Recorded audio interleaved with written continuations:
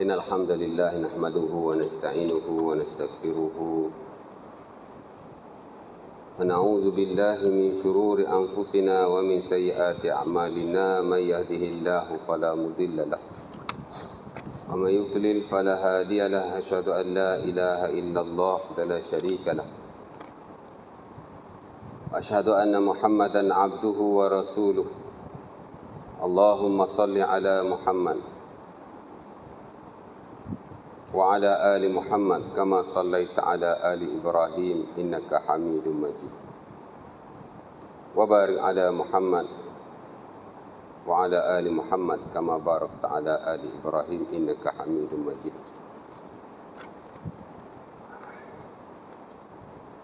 رب اشرح لي صدري ويسر لي أمري واحلل عقدة من لساني يفقهوا قولي ربنا زدنا علما وتقبل منا إنك أنت السميع العليم. Syukur kepada Allah Subhanahu Wa Taala kerana pada malam ini dapat sama-sama kita kumpul ya. Untuk kita sambung kongsian dan pengajian kita yang kita tinggalkan pada bulan yang lepas.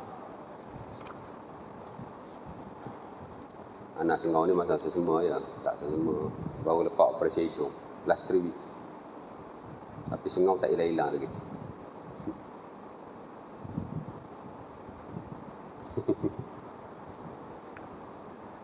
Doktor kata anak resedung. Tak tahu pula ada resedung.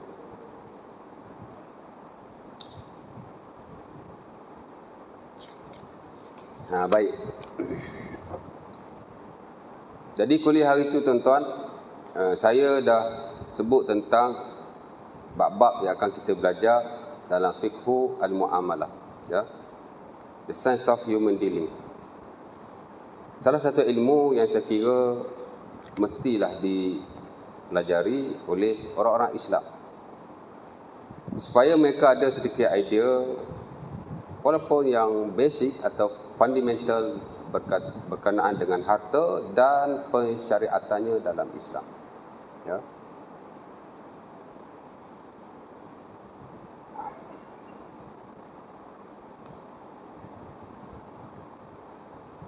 Di mana ada 15 bab kesemuanya, saya dah urai sikit sebanyak, dan ada amlah sabit dengan ilmu ini, di mana saya bagi tahu itu ilmu syarak ni ada dua ya, satu ibadah, satu muamalah.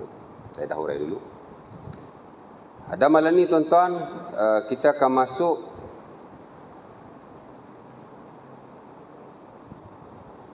bab yang pertama daripada muamalah harta. Itulah muqaddimah, introduction, preface, ya. Kerana sebagaimana yang kita tahu, setiap ilmu ada introductionnya untuk memberikan kepada kita gambaran am tentang suatu ilmu yang nak dibincangkan, ya.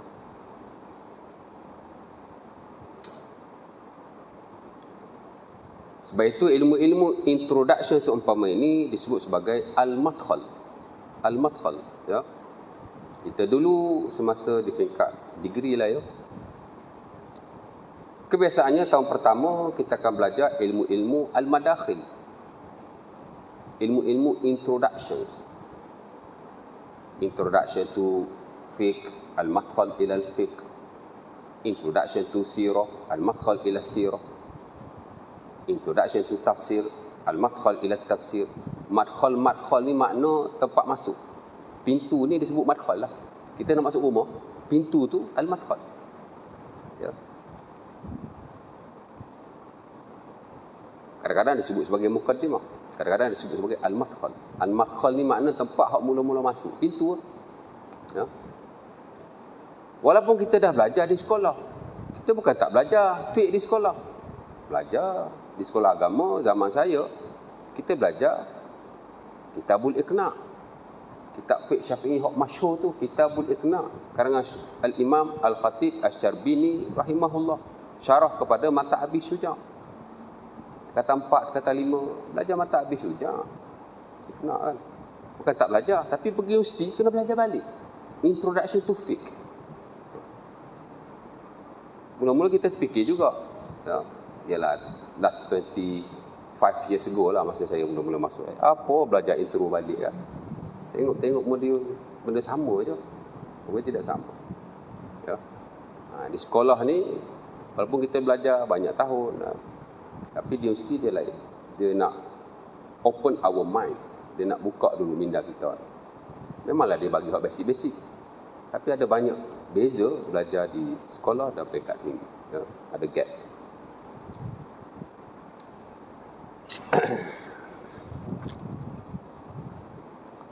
Dan of course lah ilmu-ilmu mukadimah ini amat penting lah sebelum kita mempelajari suatu ilmu. Mukadimah ya.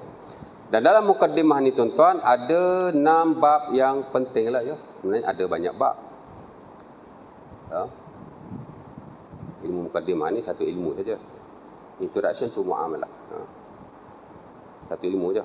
Tapi kita sekalikan di sini. Di mana ada bab di situ. Pertama, definisi muamalah. Kedua, kepentingan muamalah. Ketiga, sumber muamalah. Keempat, adab muamalah. Kelima, elemen muamalah. Dan yang keenam ialah perbankan Islam. Katanya PDF saya dah bagi kan. PDF saya ni, nota saya ni hak simple je. Tapi ini nota yang saya gunakan di universiti sebenarnya. Fiqh ibadah pun sama. Saya ada nota saya. Saya ajar fiqh ibadah di mana-mana, saya pakai nota saya huraikan. Di universiti tuan-tuan, kalau kita nak pakai modul yang dikeluarkan oleh universiti, dia banyak. Memang tak boleh nak cover. Jadi kita pakai nota, ringkasan daripada modul yang ada, papa kepada murid, bagi PDF, kemudian kita huraikan. Kerana student ni, dia nak point je. Dia nak point, daripada point dia, kita huraikan. Jadi kita jawab soalan kan. Satu soalan kita buat dulu point. Soalan nombor 2 point. Soalan nombor 3 point. Buat point dulu. Ya, contoh dia bagi 10 soalan. Kita wajib jawab 6. Kita pilih dulu 6 mana hak kita boleh jawab. Berdasar kepada berapa point yang kita ada. Kalau hak kita tak ada point, kita tak jawab lah. Daripada point tu baru kita hurai. Itu metod kita lah. Ya. Jadi kita bagi nota. Budak-budak kita kalau ingat point pun dah okey. Sebab kebiasaannya bila kita ingat point, kita ada idea. Mungkin ada ayat Quran kita tak ingat. Ya. Memanglah saya baca ayat Quran di mana-mana. Saya bukan nak suruh student saya ingat ayat yang saya baca. Hatta tuan-tuan di masjid surau pun saya banyak baca ayat Quran, banyak baca hadis Nabi. Tuan-tuan tak ingat pun tak apa. Tapi pendedahan tu penting. Ya. Of course lah jika kita merujuk kepada nanas agama yang agung itu. Itulah Quran dan hadis-hadis Nabi SAW. Ya. Malam ni kita nak masuk bab yang pertama daripada mukadimah lah ya. Itulah definisi muamalah. Ada orang tanya kok ustaz, nota ayat ustaz ni tak ada ayat Quran, tak ada hadis Nabi, tak ada. Ya, pasal nota lah. Notes. Nota mana ada details. Ya. Pasal apa ustaz tak pakai buku yang ada dalam market? Dalam kereta saya ada je buku-buku muamalah. Tapi payah guna buku orang ni. Detail kan. Kalau basic pun nak hurai susah pasal dia berbelit-belit sikit. Pakai saya punya senang lah. Nota saya hurai sendiri. Tapi point dia sama je. Tapi kalau ada tuan-tuan tak faham boleh tanya lah ya. Bahasa saya very simple. Ya. Baik, malam ni kita masuk bab yang pertama, itulah definisi muamalah. Ya, the definition of muamalah. Pentakrifan muamalah, ya. Kenapa definisi penting? Kerana dalam banyak hal sebelum kita nak menguraikan satu perkara, kita perlu tahu definisinya. Macam ulama kita lah tuan-tuan. Dia tidak akan membahaskan satu perkara melainkan dibawa datang terlebih dahulu definisi perkara berkenaan. Bawa definisi itu. Ya. Walaupun ulama kita masing-masing ada definisi masing-masing, tapi kebiasaannya isi kepada definisi ada perkara yang sama. Ya. Dipanggil perbezaannya hanya dari sudut lafaz saja. Tapi maksud dia adalah maksud yang sama. Ya. Baik. Muamalah secara bahasa ialah pengamalan, perhubungan pengurusan dalam hak ehwal keduniaan. Muamalah secara syarak merujuk kepada suatu proses perhubungan antara manusia sesama mereka. Sama ada perhubungan dari sudut harta, ikatan kekeluargaan, hal-hal kemasyarakatan atau sosial, penghakiman, politik dan sebagainya. That is the point number one. Muamalah secara bahasa ialah sesuatu perhubungan, relationship kita sesama kita dalam hak ehwal keduniaan. Sebab itu kita panggil human dealing, the science of human dealing, fiqhul muamalah. Fiqh itu sains, ilmu lah. Muamalah ialah human dealing, human with human. Ya.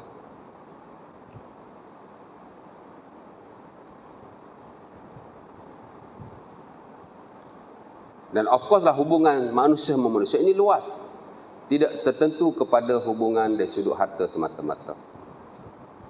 Sebab itu dulu saya hurai, ilmu syarak ni dia ada dua. Satu ibadah, semaya, puasa, zakat, haji. Ya. Antara kita dengan Tuhan. Ibadah ni kita dengan Tuhan. Memanglah ada yang disyaratkan secara bersendirian, ada disyaratkan secara berjemaah. Tapi kesemua hak ehwal ibadah antara kita dengan Allah Subhanahu Wa Taala. Ya. Tuan-tuan semayang sebelah saya, pahala saya tak berpindah kepada tuan-tuan. Dan pahala tuan-tuan takkan berpindah kepada saya. Masing-masing, pahala masing-masing. Kerana itu tuan-tuan dengan Tuhan. Ya. Sebab tu dalam satu saf ni, pahala tak sama-sama belaka ni. Kan? Inna rajula la yusalli salata lam yuktab lahu illa tusu'uha, sumunuha, subu'uha, sudusuha, khumusuha, sulusuha, rubu'uha, sulusuha, nisfuha. Ya.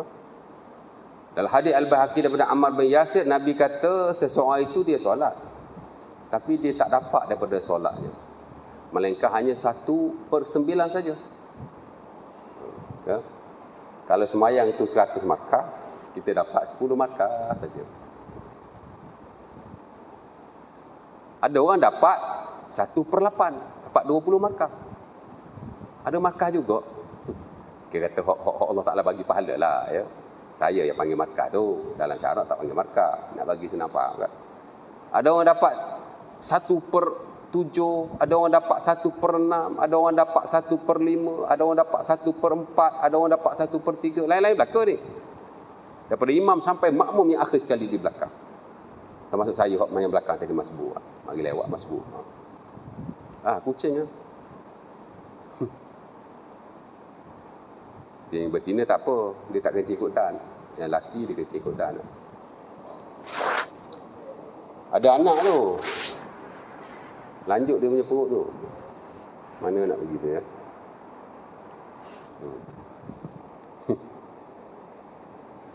Ada 1/4, ada 1/3, ada 1/2. Dan Nabi stop at that point. Nabi tak bagi tahu orang semayang dapat pahala penuh. 1/2 dah kira paling banyak. Pasal apa begitu? Pasal masing-masing semayang atau kita ibadah kepada Allah masing-masing. Kan? Dan banyak sebab kadang-kadang kita tak dapat penuh pahala atau markah lah yang diberi oleh Allah Subhanahu Wa Taala kan. Hukum hakamnya, khusyuknya jadi kurang. Macam susah juga nak dapat penuh kan. Sebab itu kita bersungguh-sungguh bila kita buat ibadah kepada Allah. Perbaiki from time to times. Belajar semayang. Jangan ilmu yang kita dulu belajar, kita guna pakai sampai hari ini. Upgrade lah sikit ilmu tu. Kan? Kalau benda tu kita dah buat, tapi kita tahu ia tidak sunnah, tinggalkan. Tapi kalau benda tu betul-betul sunnah Rasulullah, kekalkan dan tambah baik. Kan?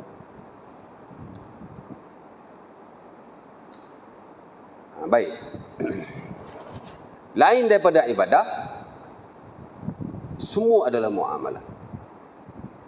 Sebab itu kata Al-Imam Ibn Abidin rahimahullah dalam hasyiahnya, Hasyiah Ibn Abidin antara hasyiah yang paling top dalam market, walaupun dia daripada mazhab Hambali. Kedudukan buku itu dalam mazhab bukan Hambali, Hanafi, seumpama Al-Majmu' dalam mazhab Syafi'i yang dikarang oleh An-Nawawi rahimahullah. Dia antara top scholars daripada mazhab Hanafi. Ya.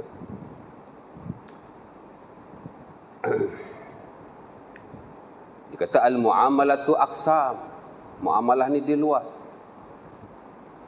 Al-maliyah, harta, al-munakahah, kekeluargaan, perkahwinan, ya.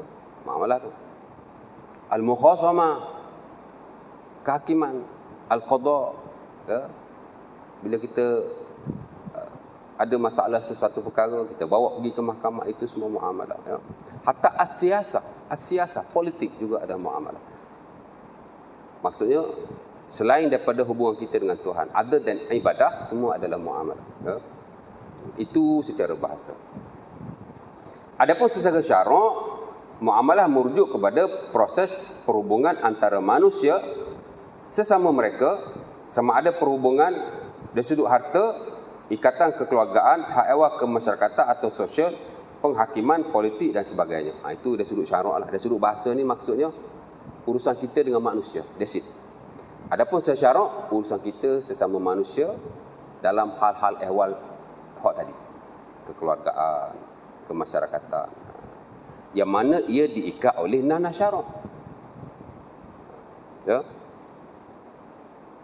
Secara asalnya ibadah dan muamalah tidak ada perbezaannya. Semua mesti kembali kepada nanas agama.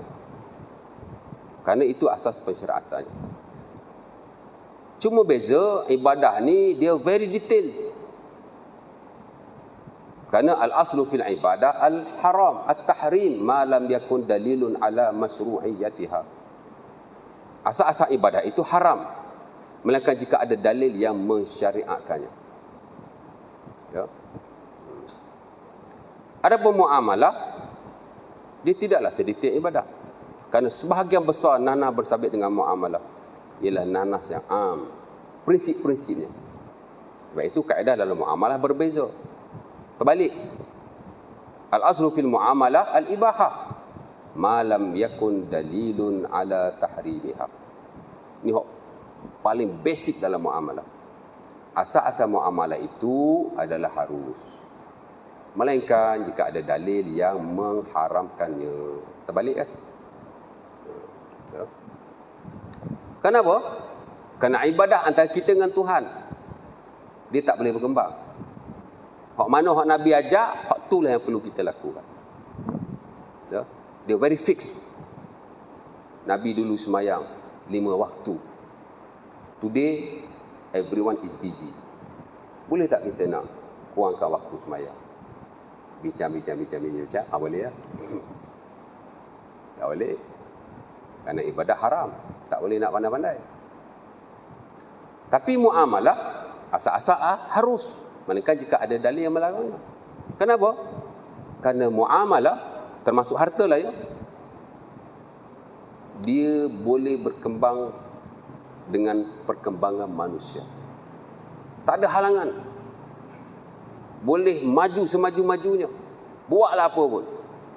Selagi tidak ada kaitan dengan perkara-perkara yang dilarang oleh Allah Subhanahu Wa Taala.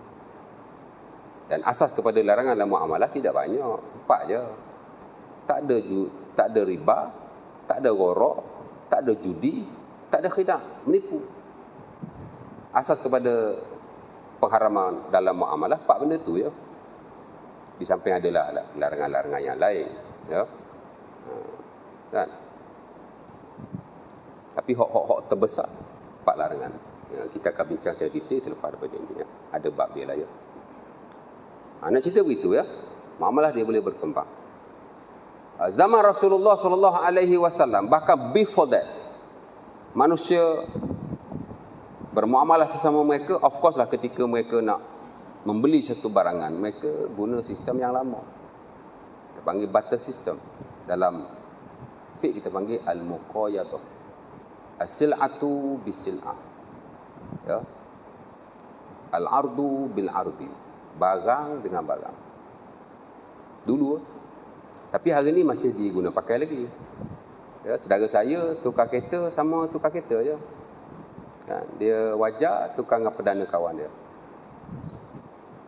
Switch macam tu je. Itu dipanggil muqayyadah lah tu, barter system. Boleh diguna pakai sampai hari ni. Kan? Ya. Tuan-tuan ada barang tak digunakan, tuan-tuan offer lah kat member. Aku tak guna ni komputer ni. Kan? Aku tengok kau ada motor tak guna. Kau ambil dah komputer aku, kau guna. Aku tak guna dah komputer. Mungkin contoh je ni. Kan? Komputer sentiasa digunakan. Tapi contoh. Motor kau bagi aku lah. Okey, switch. Walaupun nilai tidak sama. Komputer kita mungkin harga 500. Motor dia mungkin harga 2,000. That is fine. Ya. Pertukaran harta sama harta, dia tidak ada halangan. Walaupun berbeza nilainya. Secara am lah saya sebut ni. Walaupun dalam banyak hal, nilai itu dia diambil kira. Tapi dalam konteks-konteks jual beli seumpama itu, dia tidak ada halangan. Itu dipanggil jual beli yang dululah ya, barter system. Dan dia bukan hanya digunakan pakai dalam dunia Islam, tapi dalam seluruh dunia lah ya. Barang dengan barang. Ya. Pasal kita tidak memiliki semua barangan yang kita perlukan. Orang zaman dulu tuan-tuan, dia tanam padi. Member tu tanam mangga. Dia tak ada pokok mangga. Kawan ni tak ada pokok padi. Jadi sebahagian beras dia bagi kat kawan ni. Sebahagian buah-buahan dia bagi kawan ni. Ada diamalkan di kampung-kampung. That is fine. Barter system.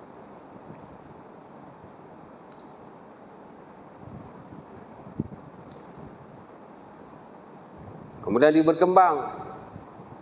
Bila wang dicetak oleh setengah kerajaan.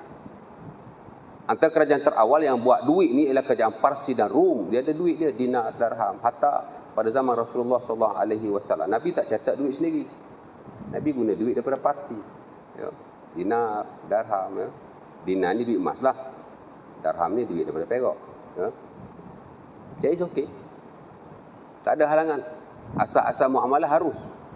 Oh, tak boleh guna ni duit Parsi ni. Parsi, orang Kristian.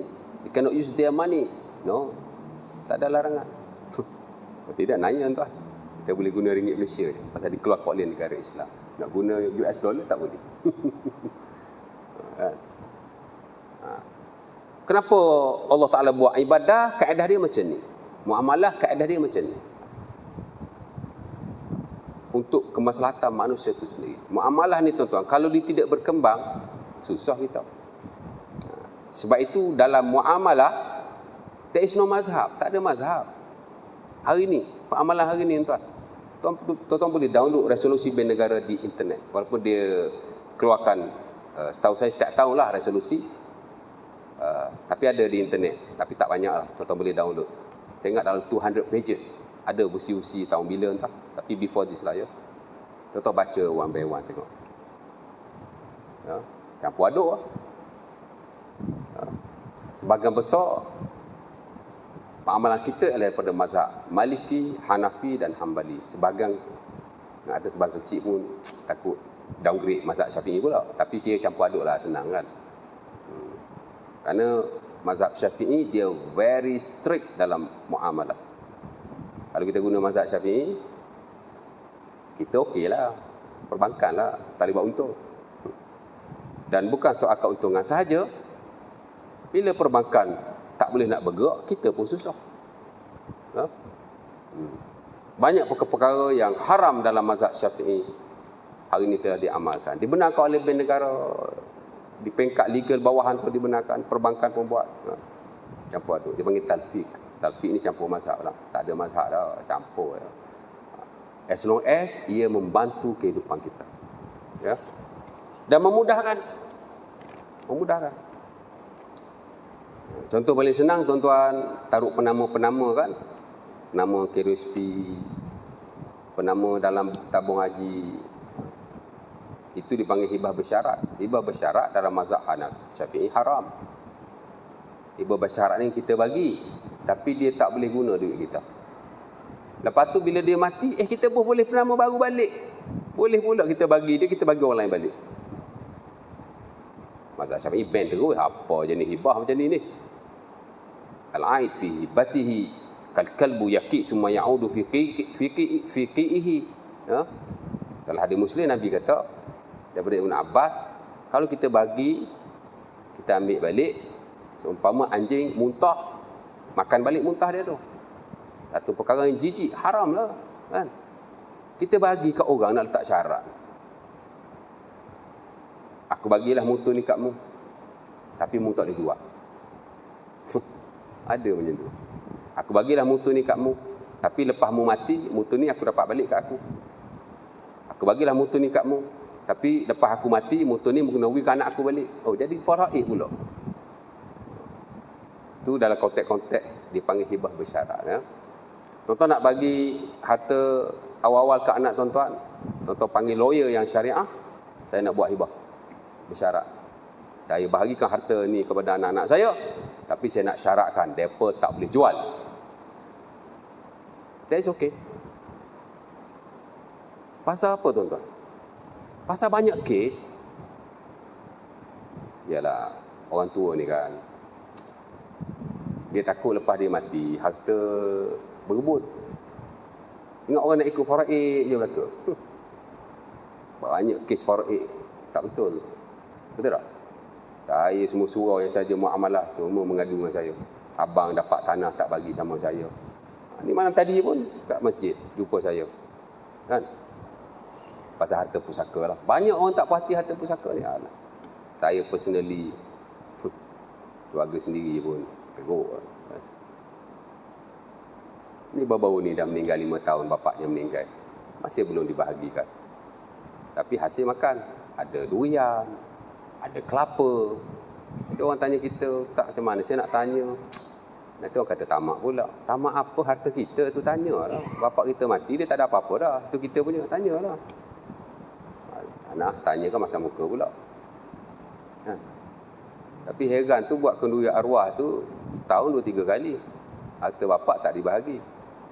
Ya. Padahal tu hak wajib je. Nampak? Baik.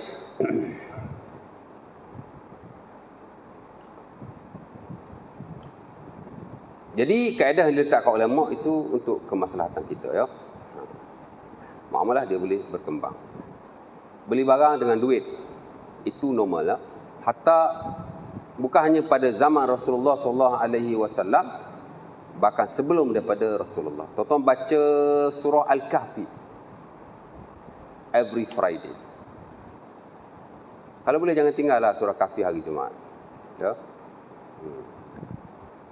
Baca bagi khatam satu surah. Dan tak perlu kita habiskan secara sekaligus. Al-Imam As-Suyuti rahimahullah dalam tafsirnya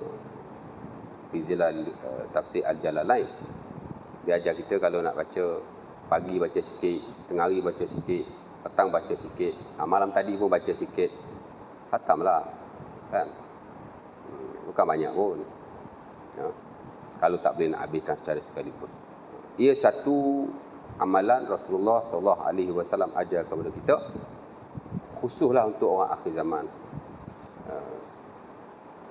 untuk menghadapi Dajjal. Ya. Ada riwayat 10 ayat pertama, ada riwayat 10 ayat terakhir, ada riwayat keseluruhan surah. Bacalah setakat yang kita mampu, tapi sebaik-baiknya the whole surah, tak susah pun, ya. Baik itu seluruh ulama menganjurkan kita baca surah berkenaan. Termasuk ulama-ulama Syafi'i rahimahullah. Al-Imam Al-Ghazali rahimahullah dalam Ihya Ulumuddin, dia ada satu bab yang khas hari Jumaat. Nama dia Wazifatu Yaumil Jumaat. Ya. Apa yang perlu kita buat pada hari Jumaat? Antaranya ialah ayyuksir min qiraatil Quran wa yaqra' surat Al-Kahfi khususan. Hendaklah dia memperbanyakkan baca Quran dan membaca surah Al-Kahfi secara khusus, ya. Jadi kita baca Al-Kahfi. Dalam surah Al-Kahfi dinyatakan Ashabul Kahfi bila dia ditidurkan oleh Allah Subhanahu Wa Taala ratusan tahun, bila dia bangun dia lapar. Ingatkan kita je bila bangun tidur lapar, rupanya depa pun sama juga. Kita tidur sekejap bangun pun dah lapar, betul tak? Nak musim hujan, lapar tuan. Baru je makan, bangun tidur je lapar. Depa pun ratus tahun tidur tu. Bangun-bangun lapar. Dia bagi duit kepada salah seorang daripada Ashabul Kahfi itu, datang kau pergi kedai, kau beli makanan. Tapi waliyatalattaf wala yus'iranna bikum ahada. Pergi pelan-pelan. Jangan sampai orang sedar akan kehadiran kita. Dia kan zaman dia, raja ni syirik, kufur, zalim. Tu dia lari duduk dalam gua tu. Jadi bila dia dah sedar, dia ingatkan raja tu masih ada. Padahal dah ratus tahun dah. Raja tu dah tak ada dah. Orang dah beriman semua. Dia kata waliyatalattaf wala yus'iranna bikum ahada. Bawa duit ni. Cerita dia dah ada lah ya. Duit dengan barang. Itu al-bi'ul mutlaq. The absolute buying. Satu lagi dia panggil bi'us sarf. Duit dengan duit lah. Tukar apa nama? RM dengan US. Bi'us sarf. Baik. Jadi definisi dia secara bahasa dan syarak tuan-tuan boleh rujuk di situ. Kenapa saya masukkan definisi ini? Supaya kita ada gambaran awal. Oh, muamalah ni macam ni. Ya, itulah tujuannya. Dan kenapa ada pula cara bahasa, ada pula cara syarak? Ini normal. Kerana Al-Quran diturunkan dalam bahasa Arab. Nabi pun cakap bahasa Arab. Of course Nabi orang Arab. Ya. Oleh itu, setiap perkataan yang warid dalam nanas agama, dia ada dua dimensi. Satu dimensi dari sudut bahasa, maksud dia tu. Satu dari sudut syarak. Bahasa ni ialah apa yang dipahami oleh orang Arab. Dan ahli-ahli bahasa lebih tepat. Kerana kadang-kadang apa yang dipahami oleh orang Arab tak semestinya tepat. Macam kita lah. Nak tahu satu-satu maksud dalam bahasa Melayu, kita rujuk orang Kelantan. Boleh. Tapi kadang-kadang ada tu tak apa tepat dengan bahasa Melayu. Rujuk orang Kedah. Boleh. Habis tu, rujuk kamus. Tak ada kamus dewan. Tu hak tepat. Hak kena dengan bahasa Melayu. Ya? Sama lah konteks bahasa Arab pun. Kan? Ya?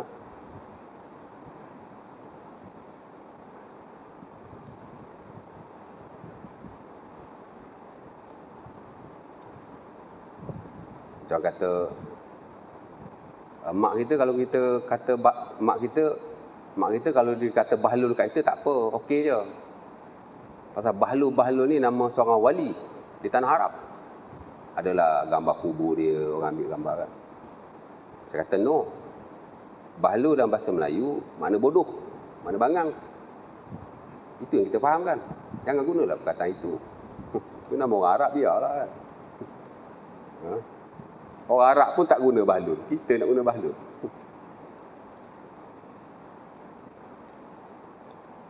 Jadi satu perkataan dia sentiasa ada dua maksud. Dan ini selepas ini mungkin ada perkataan-perkataan yang saya relate dengan bahasa once a while dan saya akan relate dengan syarak lah. Most of the time. Banyak syarak lah ya. Kenapa begitu? Syarak ni merujuk kepada apa yang dikehendaki oleh Allah Subhanahu Wa Taala dan Rasulullah Sallallahu Alaihi Wasallam, menerusi wahyu, atau juga disebut secara istilah. Ya, contoh paling senang macam taharah kan. Taharah ada sudut bahasa, ada sudut syarak. Wudu ada sudut bahasa, ada sudut syarak. Solat ada sudut bahasa, ada sudut syarak. Kadang-kadang dalam Quran ataulah hadis Nabi yang dikehendaki oleh nas itu ialah dari sudut bahasa. Kadang-kadang yang dikehendaki ialah dari sudut syarak. Allah Ta'ala nak sudut ibadah tu. Ada kalanya begitu. Dan tak dinafikan maksud bahasa dan syarak ni dia mempengaruhi sesuatu hukum. Ya. Contohnya Nabi SAW bersabda, "Mamassa farjahu falyatawadda." Ya. Ada Busra bintu Safwan yang diriwayatkan Sunan Abi Daud dan selain. Siapa-siapa yang menyentuh kemaluannya, maka hendaklah dia berwudu.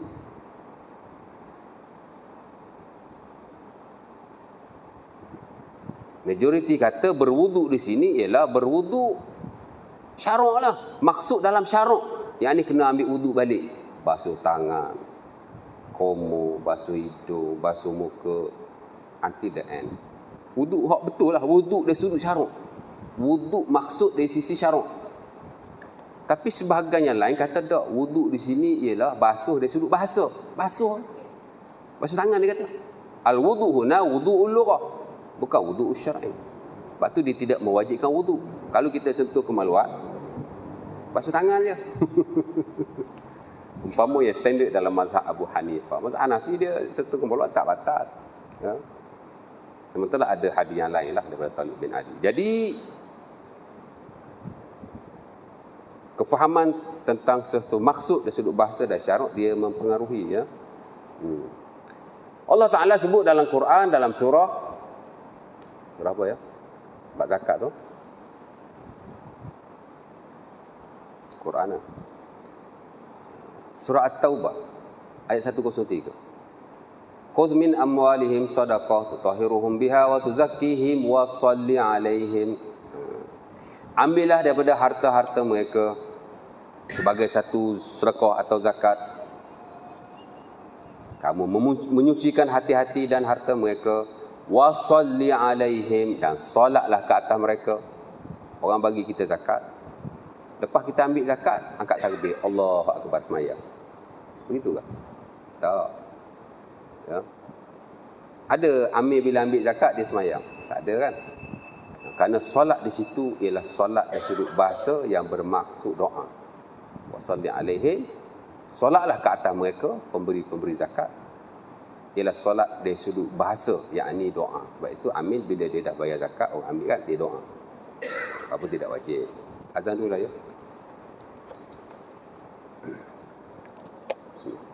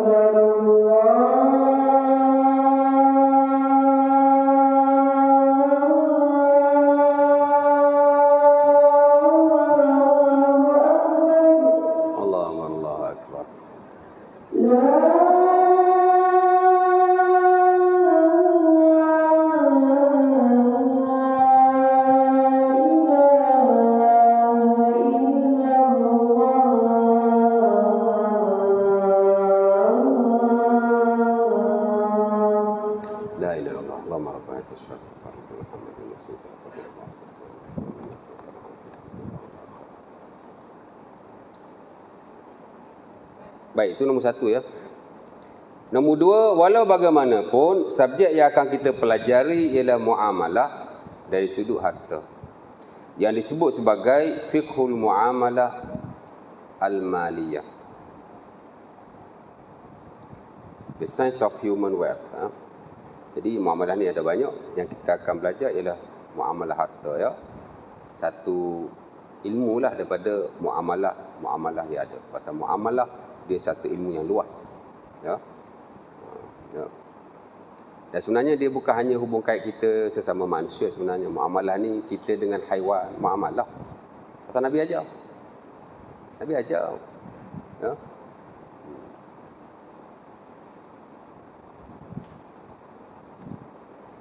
Muamalah kita dengan persekitaran, alam sekitar ya. Buang sampah ikut dan je, tu orang tak muamalah tu ya.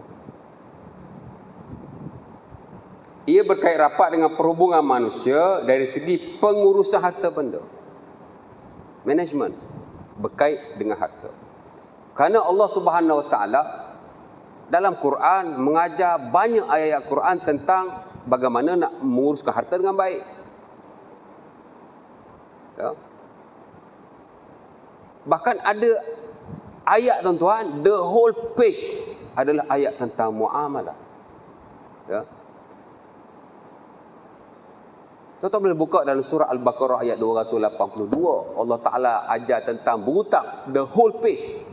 Yang mana kita suka nak dapati ayat Quran satu muka surat. Tapi Allah Ta'ala ajar, ya ayyuhalladzina amanu idza tadayantum bidainin ila ajalin musamman faktubuh wal yaktub bainakum katibun bil adl. Saya baca satu setengah baris ya. Turun sampai bawah. Satu ayat aja. Allah Ta'ala mengajar di pekat atas itulah tentang bagaimana kita nak lakukan bila kita berhutang dengan seseorang. Allah Ta'ala kata, kalau kamu berhutang, kamu tulislah. Dan carilah tukang tulis, orang yang adil, yang orang yang baik tingkah lakunya. Orang yang boleh dipercayai. Nak berhutang Allah Ta'ala ajar sampai macam tu, kena tulis ya. Kena ada hitam putih. Sebab itu asas kepada documentation yang ada ini dalam hak muamalah yang dibuat, sama ada di peringkat perbankan, di peringkat isi kewangan, hatta di peringkat bawahan, semua berpahala insya-Allah Subhanahu Wa Taala. Kerana Allah Taala ajar begitu. Documentation ni asal dalam syarak. Allah Taala ajar. Ya. Berada black and white supaya tidak ada pertikaian pada masa akan datang. Dan lebih penting lagi, kawan-kawan, kalau kita mati, orang tahu kita ada hutang. Hari ni kalau hutang dengan bank, tak apalah, dia panggil hutang berjadual. Kan? Tapi kalau kita hutang dengan kawan-kawan kita, tak tulis, tak apa, tak wajib. Tapi wajib wasiat lah. Wajib beritahu isteri kita sekurang-kurangnya, aku ada hutang dengan fulan bin si fulan, dia ke aku mati, kamu selesaikan. Wasiat ni tuan-tuan, hukum dia sunnah ya, tak wajib. Satu wasiat je wajib. Jika kita berhutang, tidak ada hitam putih. There is no black and white when we make a loan. Wajib wasiat. Kalau tak wasiat, berdosa. Dan of course lah bila kita mati, kalau dia tuntut tak apa. Memanglah anak kita akan kata, lepas sembahyang jenazah tu kan, biasa wakil keluarga akan cakap lah, tuan-tuan, jika bapak saya ada hutang, ada itu, ada ini, selepas perkebumian sila jumpa saya ya. Adalah hamba Allah tu pergi jumpa. Kata, ayah awak berhutang dengan saya RM15,000 ni. Terkejut. Dah susah nak bayar dah. Cek duit bapak tak apa ada dalam bank. Nak kutip duit adik-beradik semua nak bayar hutang kawan tu. Bapak awak ada hutang dengan saya 200. Bayar lalu RM2. Tadi orang bagi RM10, dapat RM1,000 lebih. Saya ingat dulu ada hamba Allah ni tuan-tuan ya. Adik dia meninggal. Muda lagi, umur 40 lebih ya. Mati ni tak kira muda tua, ya tak? Ni semalam kawan saya kena stroke. Bukan semalam lah, dah seminggu tak sedar-sedar lagi. Muda 44 ya. Major stroke. Betul-betul tak sedar, habis. Tapi dulu memang dia dah ada penyakit pun. Jadi adik dia ni tak pernah puasa. Saya ingat dia tak pernah puasa lah. Adik dia ada meninggalkan duit lah, walaupun tidak banyak. Dalam 10,000 macam tu lah ya. Dia pun panggil lah saya. Ni saudara juga ni, tapi bukan saudara saya. Sebelah saya punya wife. Panggil saya. Pasal apa? Nak bincang pasal fidyah. Umur dah 44-45 tahun. Daripada umur 15 tahun. Tak payah fidyah. Tertengok sikit. Itu untung saya tak ganda kan. Kan bila kita tangguh daripada 1 tahun pada 1 tahun, kena ganda kan? Betul tak? Kita tak tahu. Standard mazhab Syafi'i digandakan. Walaupun fatwa kontemporer tak payah digandakan. Hatta fatwa Selangor pun, kalau kita menangguhkan puasa, tahun pertama tu kena fidyah lah. Tapi tahun kedua, tahun ketiga dah tak payah berganda-ganda lagi fidyah. Kita dah tak ikut standard mazhab Syafi'i. Kerana hukum itu memberatkan umat Islam. Dan asasnya daripada nas yang tidak kukuh lah untuk dijadikan hukum. Tapi dalam mazhab Syafi'i daripada dulu standard tak fatwa. Kalau kita tangguh-tangguh dia kena ganda tau. Untung saya tak ganda. Kalau saya ganda tuan-tuan 20,000 more than that, dia kena bayar fidyah. Saya tak ganda pun dah 5-6 ribu nak beli beras. Ada ahli ada. Macam ni tak boleh tak? Mula-mula dia kata tak puasa. Saya rasa dulu-dulu dia ada puasa juga sekali-sekala. Kalau kita ambil separuh je boleh tak separuh. Kita kira 15 hari je. Aduh, dah nak kena bayar banyak ni. Mana boleh macam tu kan? Kau kira ke dia puasa banyak mana? Kau nak bayar fidyah, bayar bagi habis lah. Kira sebulan terus dia tak puasa selama 45 tahun tu, tolak 15 tahun, 30 years. Nampak duit banyak nak kena bayar, potong sikit. Kan? Untung saya tak bagi tahu dia kan. Sebagai ulama tidak mewajibkan fidyah, tak payahlah fidyah. Yahoo! Tak payah keluar duit. Saya tak cakap lah macam tu kan. Ada fatwa kita tak boleh dedahkan. Kerana orang akan ambil kesempatan. Bagi dia bayar fidyah, dia nak bayar kan, bagi dia bayar. Jadi pengurusan harta tu penting lah ya. Dan kehidupan tidak boleh lari daripada memiliki harta benda dan menggunakannya, of course. Sebab itu dalam Quran Allah Subhanahu Wa Taala menyebut harta, the words al-mal atau al-amwal sebanyak 86 kali, 86 times. Saya tak pernah kira lah, tapi ada makalah-makalah yang dikeluarkan, antaranya oleh Syekh Abdul Halim Umar, salah seorang pensyarah ekonomi daripada Universiti Al-Azhar Mesir. Dia kira. Perkataan harta dalam Quran 86 times. Kemudian diberi sedikit komentar. Ini dalam majalah Al-Khalij ya.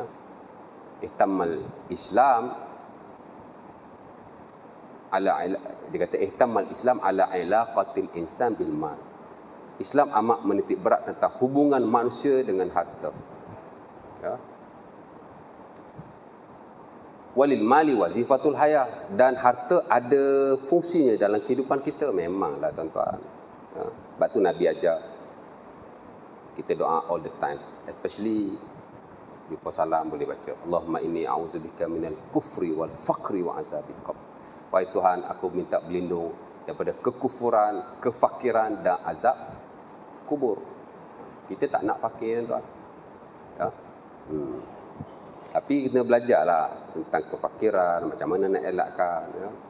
Dan of course lah kita berusaha sebaik mungkin untuk nak memperbaiki kehidupan kita dari sudut dunia. Dunia akhirat dia kena balance je. Sebab tu kalau ada ajaran akhirat je, dunia tak betul. Ada ajaran dunia saja, akhirat abaikan, tak betul. Dia mesti balance. At-tawazun baina dunia wal akhirah. Kerana Allah Subhanahu Wa Taala dalam Quran menyebut perkataan dunia dan akhirat sama banyak. Syekh Khalid Al-Qurashi dia ada buku khas tentang bilangan-bilangan perkataan yang signifikan dalam Quran. Antaranya ialah perkataan dunia dan akhirat. Dia kira. Saya tak pernah kira lah. Tapi saya baca research yang dia buat. Dia keluarkan satu buku. Ya. Tanah harap tuan-tuan banyak research dikeluarkan buku. Kat Malaysia ni kurang sikit lah. Allah Ta'ala alam. Allah Ta'ala menyebut dunia dan akhirat dalam Quran 115 kali. Sama banyak. Ya. Ada kala Allah Ta'ala sebut secara berasingan. Ada kala Allah Ta'ala sebut secara sama-sama. Ya. Banyaklah ayat-ayatnya. Ya. Yang saya tak adalah nak baca pada waktu ini. Nampak? Jadi harta daripada keduniaan. Hatta Al-Imam Al-Ghazali rahimahullah dalam Ihya Ulumuddin, dia menyebut tentang fungsi harta. Sebab dia ada sebut tentang muamalah juga, ya, harta. Di mana Allah Subhanahu Wa Taala tidak pernah mencela harta secara amnya. Yang Allah Taala cela ialah orang-orang yang lalai dengan hartanya daripada menunaikan kefarduan kepada Allah Subhanahu Wa Taala. Dan ini jelas Allah Taala sebut, ya, dalam surah Al-Baqarah ayat 201, fihi rijalun la tulhihim tijaratun wala bai'un an zikrillah wa iqamis salat wa ita'iz zakat, sampai akhir ayat ya. Antara orang yang beriman ialah dia tidak lalai daripada menunaikan kewajipan terhadap Allah Subhanahu Wa Taala, walaupun dia berniaga, walaupun dia berjual beli, ya, dia tidak lalai untuk solat, untuk zakat, dan begitu dan hal-hal yang lain. Ya, malah kita digalakkan supaya menguruskan harta kita dengan baik sesuai dengan kehendak Allah Subhanahu Wa Taala, dan harta ni juga satu ibadah. Ya. Insya-Allah Taala, ya, mudah-mudahan sikit sebanyak idea kita dapat lah, ya. Next nanti saya habiskanlah nombor 4 dan 5 lah, ya. Sikit mana kita sambung bab sampai nombor 7. Mungkin saya perlukan lagi satu kuliah lah, ya, untuk bab definisi muamalah. Insya-Allah Taala. Kalau ada soalan, boleh tanya secara personal lah, ya. Next time kalau time azan tu, kalau ada soalan boleh tanya kat sini. Jadi saya boleh jawab after azan. InsyaAllah aku liqauli azan. Assalamualaikum warahmatullahi wabarakatuh. Kita tutup majlis kita dengan tasbih kafarah dan surah Al-Asr. Bismillah.